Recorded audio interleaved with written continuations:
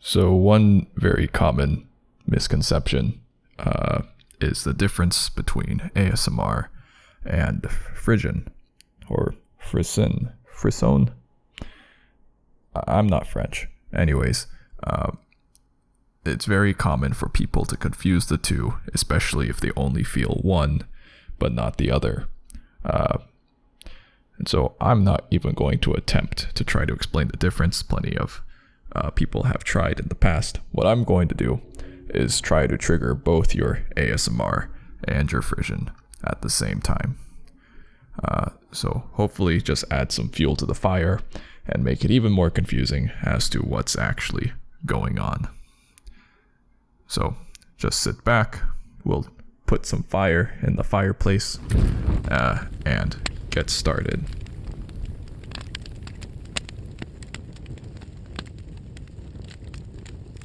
From this distant vantage point, the Earth might not seem of any particular interest.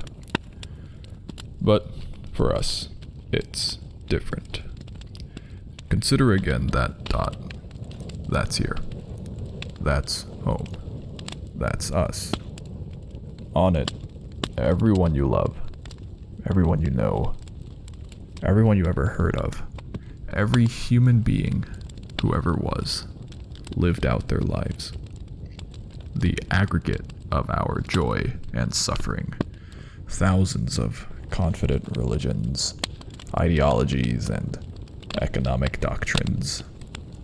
Every hunter and forager, every hero and coward, every creator and destroyer of civilization, every king and peasant, every young couple in love, every mother and father, hopeful child, inventor and explorer, every teacher of morals, every corrupt politician, every superstar, every supreme leader, every saint and sinner in the history of our species lived there, on a mote of dust, suspended in a sunbeam. The Earth is a very small stage in a vast cosmic arena. Think of the rivers of blood spilled by all those generals and emperors, so that in glory and triumph, they could become the momentary masters of a fraction of a dot. Think of the endless cruelties visited by the inhabitants of one corner of this pixel on the scarcely distinguishable inhabitants of some other corner. How frequent their misunderstandings. How eager they are to kill one another. How fervent their hatreds. Our posturings, our imagined self-importance, the delusion that we have some privileged position in the universe, are challenged by this point of pale light. Our planet is a lonely speck in the great enveloping cosmic dark. In our obscurity, in all this vastness, there is no hint that anyone will come and help us to save us from ourselves. The Earth is the only world known so far to harbor life. There is nowhere else, at least in the near future, to which our species could migrate. Visit? Yes. Settle? Not yet. Like it or not, for the moment, the Earth is where we make our stand. It has been said that astronomy is a humbling and character-building experience. There is perhaps no better demonstration of the folly of human conceits than this distant image of our tiny world. To me, it underscores our responsibility to deal more kindly with one another, and to preserve and cherish the pale blue dot, the only home we've ever known.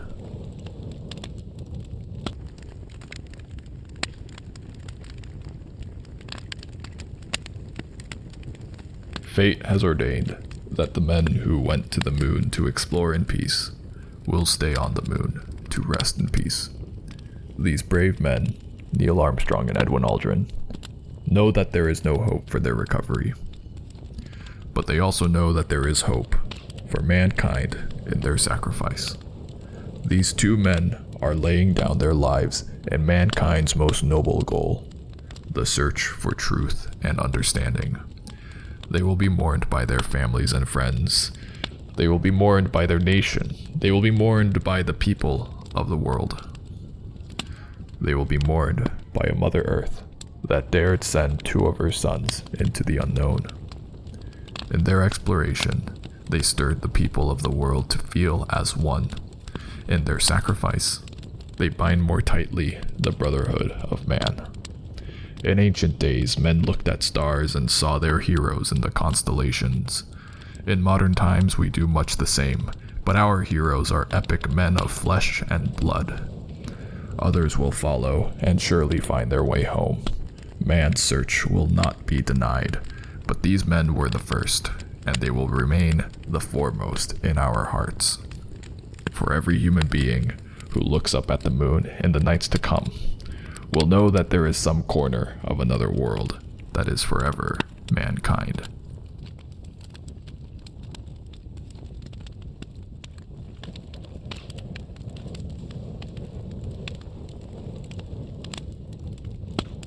The most astounding fact is the knowledge that the atoms that comprise life on Earth, the atoms that make up the human body, are traceable to the crucibles that cooked light elements into heavy elements in their core under extreme temperatures and pressures. These stars, the high mass ones among them, went unstable in their later years. They collapsed and then exploded, scattering their enriched guts across the galaxy. Guts made of carbon, nitrogen, oxygen, and all of the fundamental ingredients of life itself. These ingredients became parts of gas clouds that condense, collapse, form the next generation of solar systems, stars with orbiting planets. And those planets now have the ingredients for life itself. So when I look up at the night sky, and I know that yes, we are part of this universe, we are in this universe, but perhaps more important than both of those facts is that the universe is in us.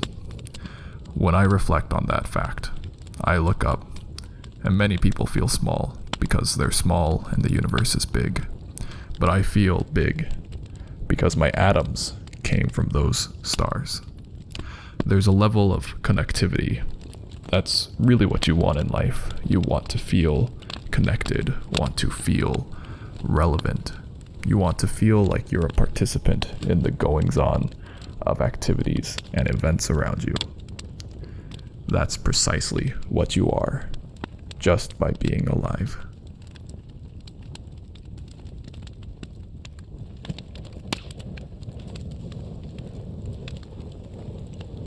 There, peeping among the cloud rack above a dark tor high up in the mountains, Sam saw a white star twinkle for a while. The beauty of it smote his heart as he looked up out of the forsaken land, and hope returned to him. For like a shaft, clear and cold, the thought pierced him that in the end, the shadow was only a small and passing thing. There was light and high beauty forever beyond its reach.